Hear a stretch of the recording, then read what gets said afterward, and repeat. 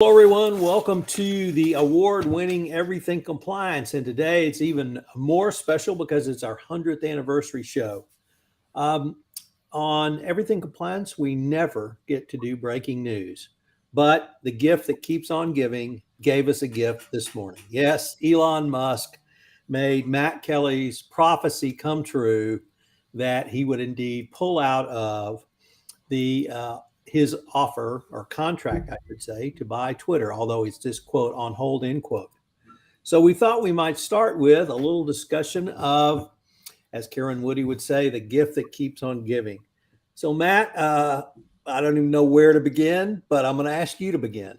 Well, Tom, I think that's exactly the point because I'm pretty sure Elon Musk doesn't know where to begin either with this deal. But so technically, what the news that happened is that at 5:54 a.m. Eastern Time today, Friday, he announced that the deal is on pause while he tries to, I guess, revisit with Twitter's management how many Twitter accounts are actually bots. And this is allegedly because 2 weeks ago, Reuters pointed out in a filing that Twitter had made that at least 5% of Twitter's users are, in fact, not actual human beings. They're bots. Now, I've never really dwelled on this, but I always thought the percentage was maybe much higher. On the other hand, it is not actually news that Twitter has disclosed this sort of figure about bots. It has done that in the past, and it has literally done it in the past just with this disclosure. This was out 2 weeks ago, and Elon, he woke up in the middle of the night to figure it out now.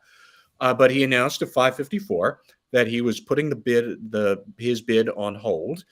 And then he announced later on that he is still committed to the acquisition, which I guess is still on hold. Look, nobody knows what this means. And I think that is exactly the point here is I don't think Elon ever actually had a clear sense of what he wanted to do with Twitter as a business. Because he had said previously, after he announced his bid, that he hadn't really thought about the economics of what to do with Twitter. That is the only thing from Elon I absolutely believe. I don't think he has any clue. I don't think he's given this any thought at all. What are we supposed to do with this business, which has seen a depreciation in its share price, but Twitter, occasionally does make money. I don't think he's got any clue how he would try to make Twitter more profitable. There's going to be enormous debt financing here, and I don't think that the finances are going to be there to pull it off. Never mind that's Twitter will have enormous debt loads. Elon is going to have enormous debt loads. He's going to have all of his Tesla shares as collateral, which Tesla, by the way, their shareholders hate this deal. They're all, they're going to be leveraged up to the hilt. This all came out, the original bid, before the stock market basically went into the tank for the last 6 weeks. So we have a big mess. We also have news that the SEC is investigating Elon Musk for misleading disclosures about the number of Twitter shares he was acquiring, which then would have led him to acquire even more shares before he told people that he was acquiring his way into the company. We could go on all day long. We haven't even touched on the significant ethics, compliance, corporate culture, and social values issues that would arise with Elon owning Twitter. He had said recently that he thinks any speech that is legal should be permitted. What he's really trying to evoke there is the age-old question we have talked about many times. Is something legal but not ethical? Is that still okay? Clearly, Elon thinks so long as it's legal, it doesn't have to be ethical, and that's okay. It's going to be a whole lot of racist, nonsense, misleading garbage that you could still have on Twitter in his world then. And who wants to see that? I don't know. So you could go on and on and on. And I feel really bad for the Twitter employees who are suffering enormous angst over Elon. We have no idea what's going to happen. And that's all there is to say as of today. And who knows? We could have something else happen before we're even done talking about it.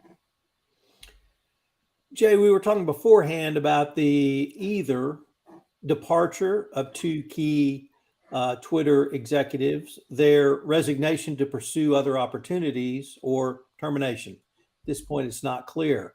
did that indicate to you, and a hiring freeze at Twitter as well, and some other cost cutting matters, did that indicate to you that Musk already has his thumb on Twitter?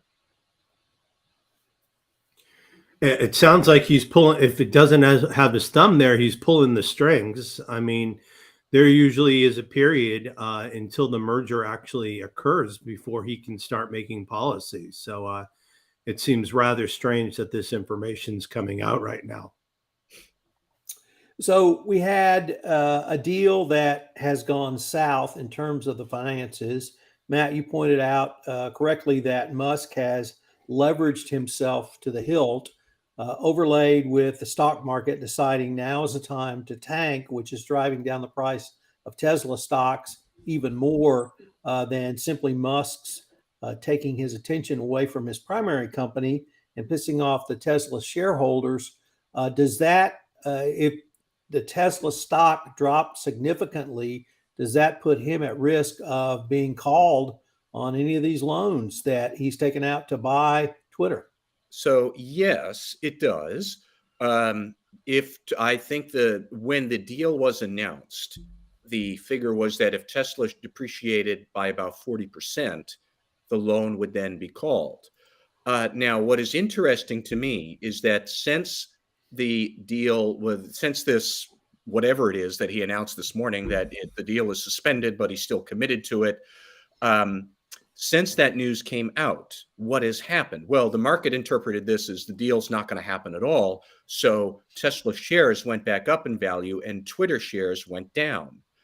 Well, that actually means Elon now has more net worth to buy a company that has a depressed share price. Could this be a market manipulation play? Which I would not put it past Elon to do this, because frankly, I think he's already under investigation for this already, not for this deal, but for things before. His 420 funding approved tweets from a couple of years ago with Tesla. He has tweeted often about the price of Bitcoin, which he is a major holder of, which also has been tanking the last couple of weeks now. So across all of his big major holdings, Tesla, Bitcoin, Twitter, and whatever else he might hold privately that we don't know, all of those values are going down. And now he's announced this thing, whatever it is, that I'm not going to do it, but yes, I'm committed to it. And suddenly the pricing starts moving back in a favorable direction for him, where he could renegotiate to get Twitter at a lower price while he's got more valuable collateral to put up for a loan. All because of 2 tweets that he sent out, because he's one of the most followed people on Twitter. There's no way the SEC is not wondering, is this market manipulation or not? I would not be surprised if the Justice Department is looking, is this market manipulation or not? Everything about this deal stinks, or it communicates that Elon doesn't really know what he wants to do with Twitter, probably didn't understand exactly what he was getting into when he wanted to buy it, and now realizes Twitter is still a basket case with no clear strategic path to growth. And like I said, we could talk about this for hours, because I don't think anybody has any clue what's going on, including Elon Musk. So what did you think about his excuse for putting this on hold, the alleged 5% threshold of either fake accounts or bots or something else that wasn't real and wasn't potentially generating revenue for Twitter? Well, it's interesting that clearly he's going to say that Twitter and I have to figure out, well, how well, is it 5% bots? Is it 50%? Is it 10%? I would suspect that Twitter doesn't know. And there are people already who are saying on Twitter that this is not something that can be confirmed ever, because AI has become so sophisticated that there are plenty of disinformation specialists or commercial interests that are using AI bots so sophisticatedly that you can't distinguish, is this an actual person or a bot? And so Twitter would, and possibly Elon is trying to get Twitter to prove something that cannot be proved, which lets him say, I'm out. You can't meet my demands, and I don't have to pay your $1 billion breakup fee. The only people who are benefiting from this nonsense going on with Twitter are going to be plaintiff lawyers and securities law professors, who will be able to teach a whole course on Elon Musk in the fullness of time. And I think that is probably what he is doing, is he's looking for an out to have it, to be able to exercise it. And I suspect that he's going to try and pull it. But like I said, we don't know. So, Matt, do you really believe that he never intended to purchase the asset? And this is, the aftermath, all the hubris, but is this self-fulfilling prophecy, or is he just going south? He seems like he's a man in love with his own ego who wanted to be able to try to buy it if he wanted, or to be able to just mess with the market and everybody's minds for a while and then get away scot-free. And now he's finding that actually maybe he can't do that. That's my suspicion. But, look, I don't know Elon Musk. He doesn't follow me on Twitter. I don't follow him. I do think that some of the tweets that he has sent out in the past show that this guy has some serious issues. So we really don't know, but you can't ignore the fact that there are actual people who depend on Twitter for commercial interests. They work at Twitter, and they're being whipshod back and forth, and they've got no sense of what he's doing, what he would want to do. And some of the things he has said, particularly around letting some nut job like Donald Trump back on the largest social media.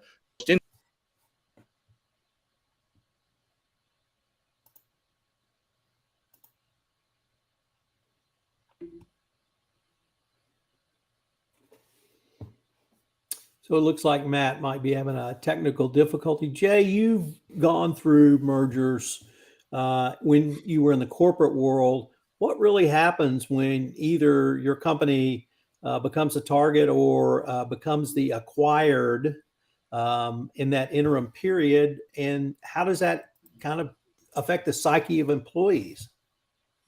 Great question, Tom. Normally, there's what is known as the honeymoon phase, where everybody comes in and sings Kumbaya. And then very quickly, if your company's been acquired by private equity or a larger rival, they start to really dig into seeing what's there. And they start, if I was in a sales position, they decided to tell me that my compensation package was going to change. Many of the customers that I had as my own and that I generated revenue from were taken away from me. And very quickly, they wanted to do more with less. And I found that was not putting me in a position to satisfy my customers in the way they needed to be taken care of in a professional manner. So that led me to think about when bonuses were going to be paid, whether or not I wanted to stick around. And that set in flurry a whole bunch of the decisions that I needed to make. And that merger was announced in July, and I was out of there by the final several months later, I think in February. So in less than 6 months, there was a big change in their workforce. So that's a lot what's going on. So when you're talking about the people at Twitter now, they don't know what to do. They are getting whipsawed back and forth. Are we getting acquired? Are we not getting acquired? So it's really a position where they try to sort all this stuff out. So when the merger closes, that they know which teams are staying and which people are moving off onto greener pastures. So that's my experience on the merger. Matt, where do you think Twitter goes from here when this all falls through? Do they get their $1 billion? Do they continue cost cutting? Do they revamp operations, or do they try to return to where they were? Nobody knows. I suspect that even for the richest man in the world, he probably does not want to part with the $1 billion breakup fee, and he's going to look for some way to not pay it if he walks away from the deal. So that's where I went back to the one of the two groups who will benefit here are plaintiff lawyers, because there's going to be lawsuits over this. There already are. And then strategically, what does Twitter do after this? Who knows? Because already the CEO just ousted 2 of his top product development lieutenants yesterday. Jay is entirely right that a lot of people, when a merger comes through, they get spooked, they leave. Some people probably already are doing this at Twitter, and there's going to be this hollowing out of the human talent. And we all know how this works, is that the best people leave first because they can. And if you're a company on the downswing, it becomes a self-fulfilling downward spiral, and you wind up with the worst because they can't get another job. And I hope that's not what happens to Twitter, but it's going to be an enormously stressful period for this company now.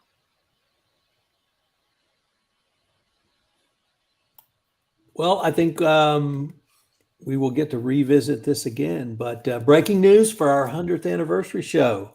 For our topic for this show, I wanted us to explore the different ways that business has changed because of the pandemic and really the events leading up to the Russian invasion, which seem to coalesce many changes that have been going on the last couple of years. So, Matt, I know you have written about changes that either you've seen or heard or reported about in the supply chain. Why don't you tell us about that? Yeah, this idea came to me after I had attended an online webinar at the Ethics and Compliance Initiative, where they had a great panel of two speakers who were talking about sanctions compliance stemming from Russia's invasion of Ukraine, and how the role that compliance officers play there, and how it will eventually have real important implications for supply chain risks and cybersecurity generally. So Leo McKay, who is the head of ethics and compliance at Lockheed, and he serves on the board of a few other companies here and there, he brought up the great point that because sanctions compliance is happening so quickly now with Russia, where literally you have to check the sanctions list to see who is now sanctioned in Russia today. You have to do that pretty much every day. That is changing so rapidly. Compliance has to be heavily involved in that. But that is the first order effect of Russia's invasion on a lot of corporate operations. Suddenly you find, well, we can't do business with this person here. We can't sell our goods to this person, or we can't buy goods from this person, this supplier. A great example would be titanium, which is now sanctioned in the United States. And titanium is a crucial component for airline manufacture.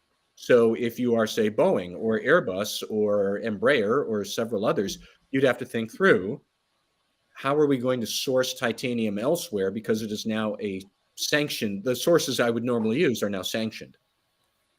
And that was Leo McKay's point, is that compliance is the first order effect, but the company is going to have these second order effects that suddenly our supply chain or our customer chain is going to come under strain. And key suppliers might get knocked out. Standard customers might suddenly get, they're unavailable because of sanctions. So compliance officers would then need to help the rest of the business think through the second order effects on your upstream and downstream operations.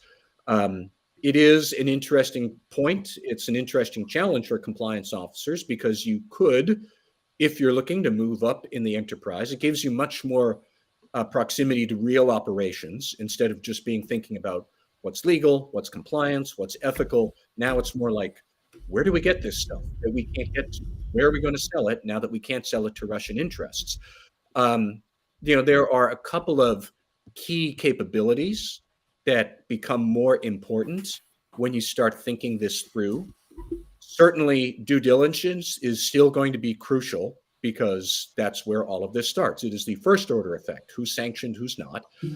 Screening capabilities, because you'll have to think through, how can we actually screen who our customers are, especially if it is in Russia, which does not use the Roman alphabet like we do in English.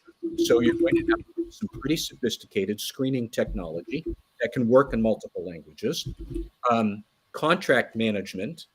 Are we making sure that our suppliers we can use are not also working with their suppliers? Are they sanctioned? Do we have fourth party risks that we have to think through? Because if we do, we're going to have to game that out, which is the next capability. You're going to have to work with maybe your procurement team or your sales team or your operations team. How could we do scenario planning? These key suppliers here are suddenly gone. How can we replace them that quickly? These other customers over here, I can tell you right now, salespeople, they're going to sanction them by the end of next week. You can't count on them for your revenue projections.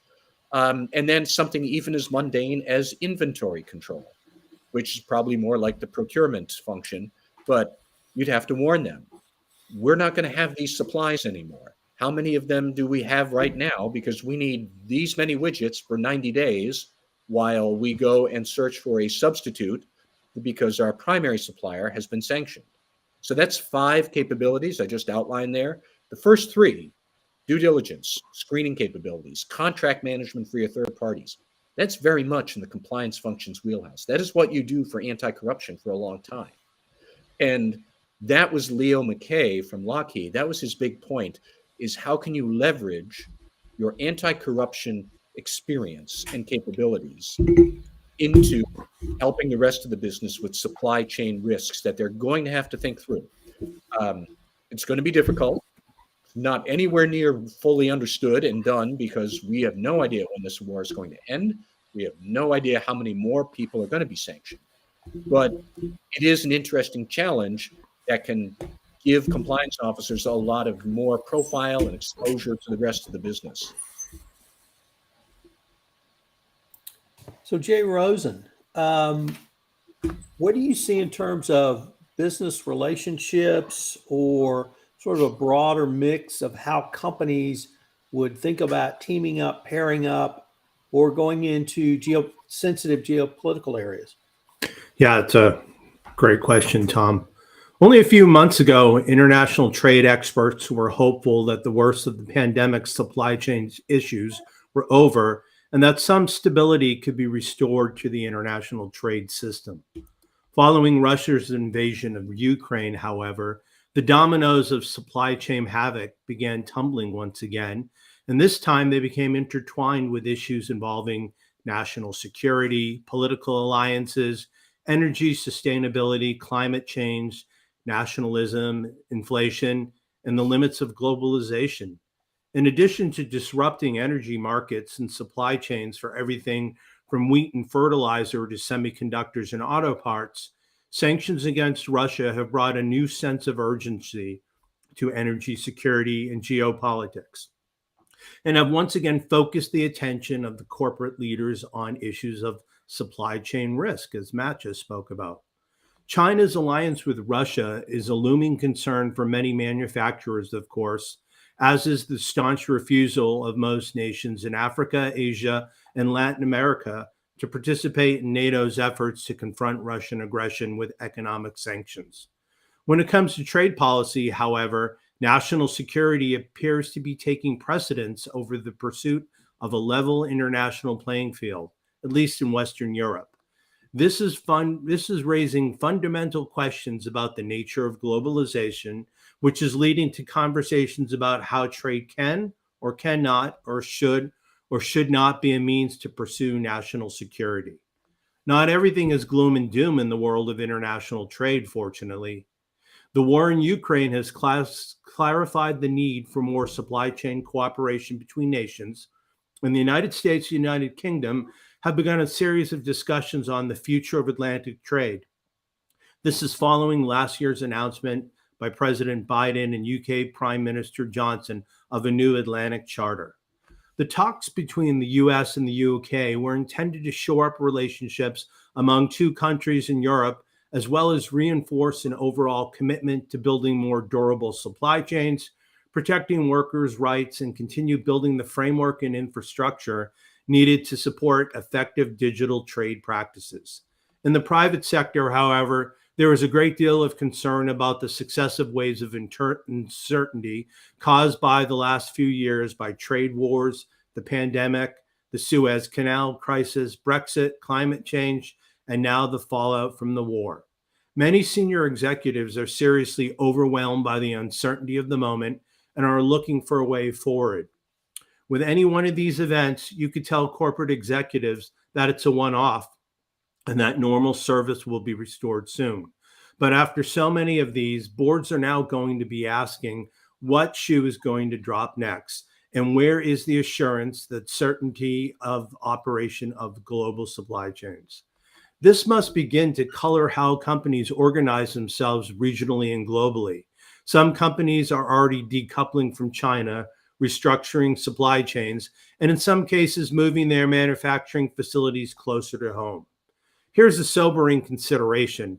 Any positive impact of the war in Ukraine on transatlantic relationship could be lost as a result of the US presidential elections in 2024, or maybe even destabilized to a degree by the 2022 midterms.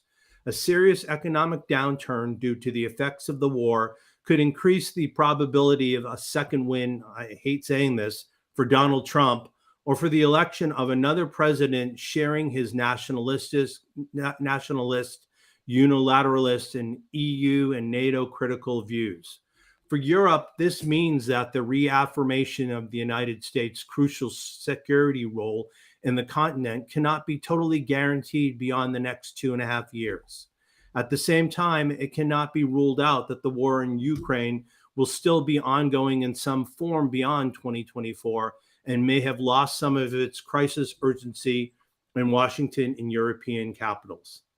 This means that however improved the transatlantic relationship is today as a result of the war, this coming period will also be marked by nagging European concern about the return of Trump or Trumpism to the White House. Tom?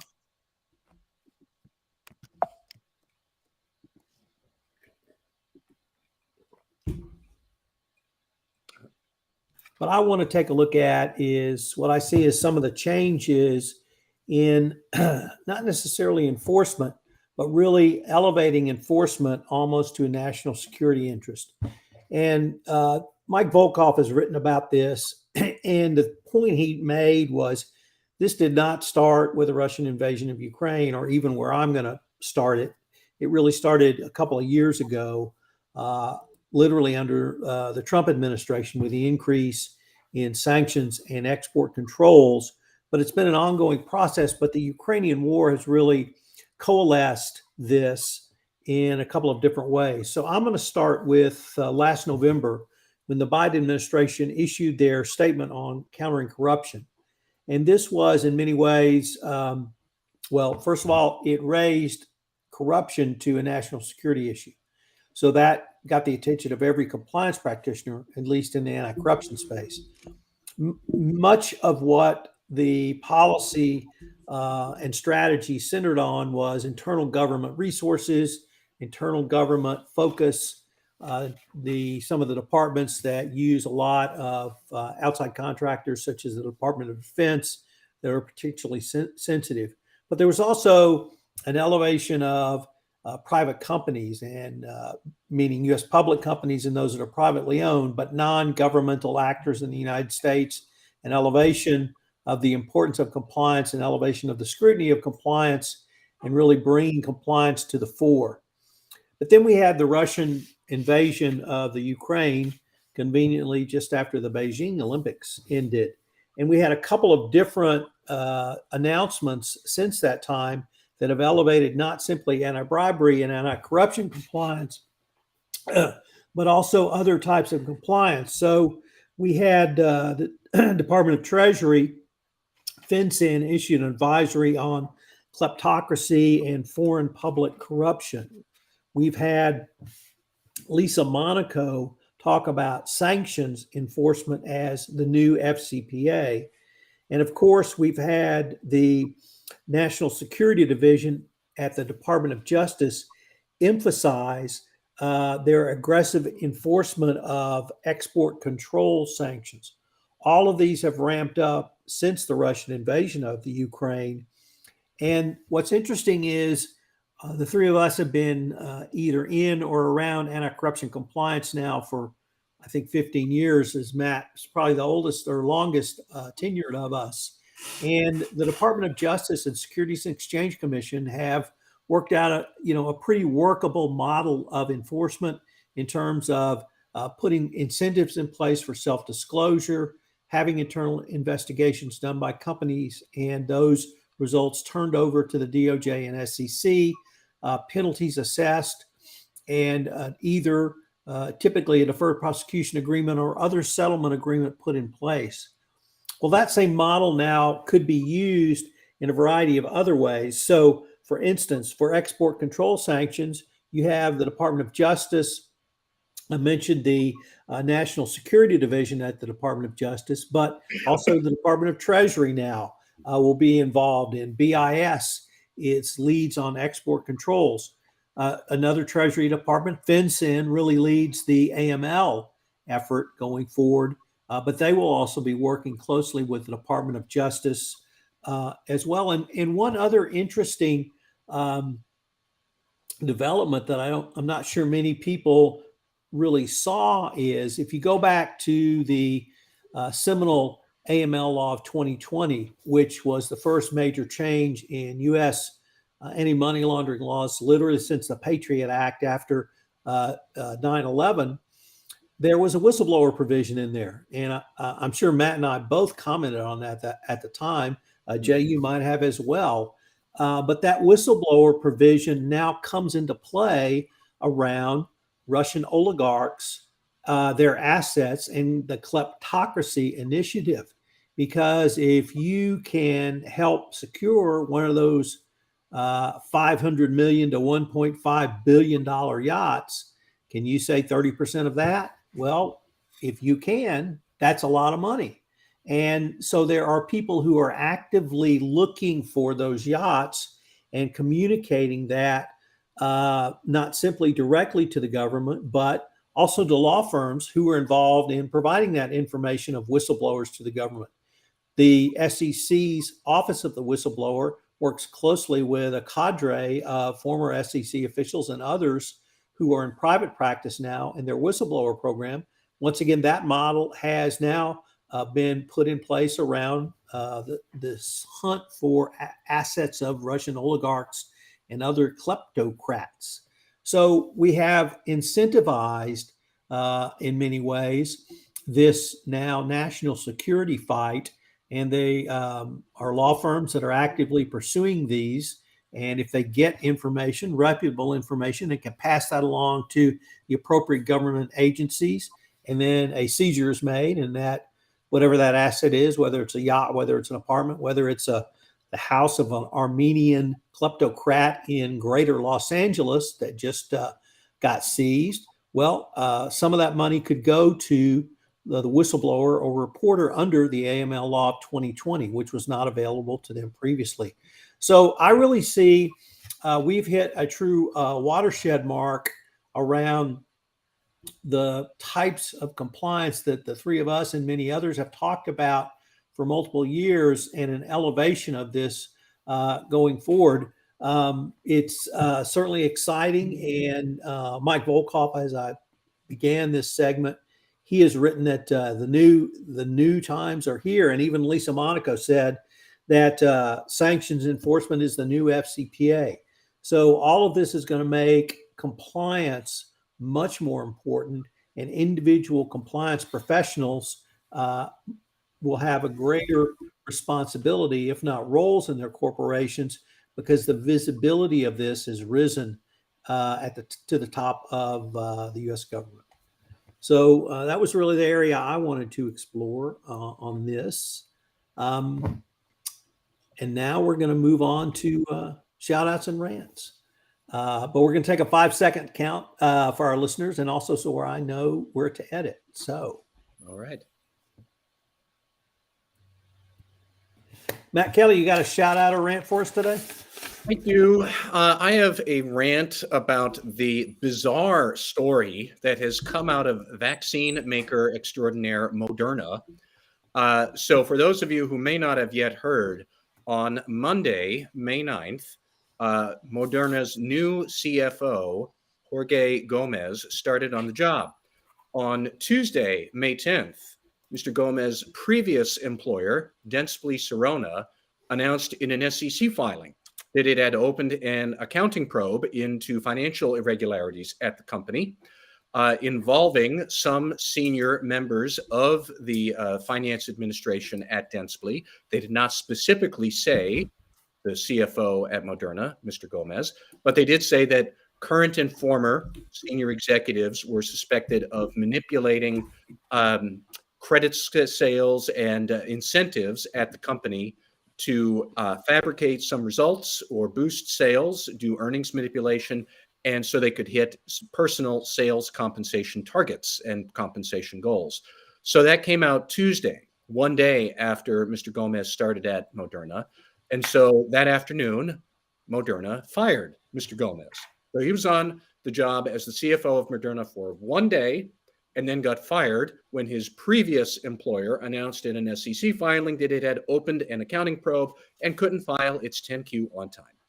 That is the most wackadoo set of circumstances I thought I could ever hear until I looked up Moderna's disclosure about firing Mr. Gomez, where they said that for his one day on the job, he would now be paid a full year's salary of $700,000 plus a full year of COBRA health insurance coverage, which I'm going to guess is at least $10,000 because when I've been on COBRA before, it has been at least $2,000 a month. So I will charitably say he has made over $700,000 from Moderna for working one day, and now he is implicated in financial improprieties at another public company. I can't begin to calculate just how messy this is. And even more, at some point, we'll have to get Karen Woody to describe the insider trading Reg FD complexities here, because I'm not sure that if Moderna called Dentsply up to do a reference check, I don't think Dentsply would actually be able to disclose to them that, well, we have an accounting probe and maybe Gomez is implicated. Because if they did, that's material, non-public information, and you are selectively disclosing it. So you've violated Reg FD if you tell somebody, oh yeah, well, the CFO you're looking to hire, he's involved in accounting fraud, we think. Maybe you shouldn't. I don't think Dentsply actually had the legal right to say it. And how could we get out of this problem? I don't know. Would that come up in a background check? Would you do a more thorough due diligence analysis? Would that find it out? Because Dentsply hadn't disclosed it yet. They only put it in the non-timely filing with their quarterly report. So it's a fascinating mess. But certainly, $700,000 for one day of work when you are now under a cloud of potentially being involved in accounting fraud. How does that work? How does that work in the United States? Who on earth thinks that is an appropriate resolution here? I don't know.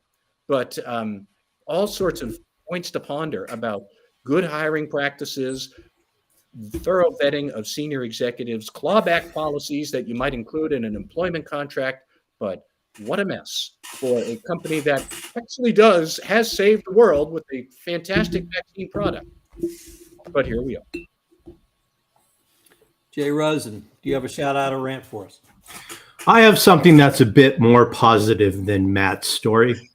I have a shout out to Christopher Flores and Robert Morgan. You may ask, who are these two gentlemen? And I'll tell you. A passenger without any flying experience safely landed a private plane on Tuesday at a Florida airport after the pilot had a medical issue. At noon, about an hour into the flight, the pilot said he wasn't feeling well and slumped against the controls.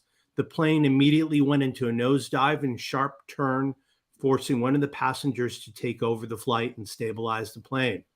The passenger said, "I've got a serious situation here, and my pilot has gone incoherent, and I have no idea to fly the plane." During a nearly 10-minute exchange, the aircraft traffic controller, Christopher Flores, guided the passenger, then about 20 miles east of Boca Raton, telling him to hold the wings level and follow the coastline and attempt to slowly descend. Robert Morgan, the second individual, the air traffic controller who helped the passenger successfully land the plane in Palm Beach, described his experience in an interview with a local TV station. Quote, "I knew the plane was flying like any other plane, and I just knew I had to keep him calm, point him to the runway, and tell him how to reduce the power so he could descend and land." So kudos to Mr. Flores and Mr. Morgan for talking the unnamed passenger down. Hey, you might want to know that given your Hollywood experience, this is literally the plot of a movie that is now on Hulu. Really? Event Horizon, starring Allison Williams, exact same thing. But I agree with you 100%. But yeah, bizarre. I am going to rant about the U.S. Supreme Court and the draft opinion that Justice Sam Alito wrote that was then leaked and published. And this is obviously the right wing's desire to eviscerate and revoke Roe versus Wade. But what I want people to understand is it does not end there, because this opinion said that there could not be a right, a constitutional right, or a bill based upon the lack of a constitutional right that did not exist in 1787, which was when the Constitution was put into place. And I want people to understand what that means is if the rights didn't exist then, which means English common law rights, because that's what American law is based on. If English common law rights didn't exist at that time for some sort of right or privilege, then we can't have it. It's unconstitutional. What does that mean? Well, it means things like the Miranda warning didn't exist. Right to counsel didn't exist. Privacy didn't exist. Interracial marriages, the Loving case, didn't exist. Rights to have privacy in your bedroom, Loving versus Griswold versus Connecticut, all of those didn't exist. And any law that's based upon those, or rather any law that was based upon a right that didn't exist, well, that's unconstitutional. What are some of those rights? How about Title VII? How about Title IX? If you want to take it to its logical extreme, iPhones didn't exist in 1787, nor were they contemplated at the time. So do you have a right to privacy in your iPhone? Not according to Alito.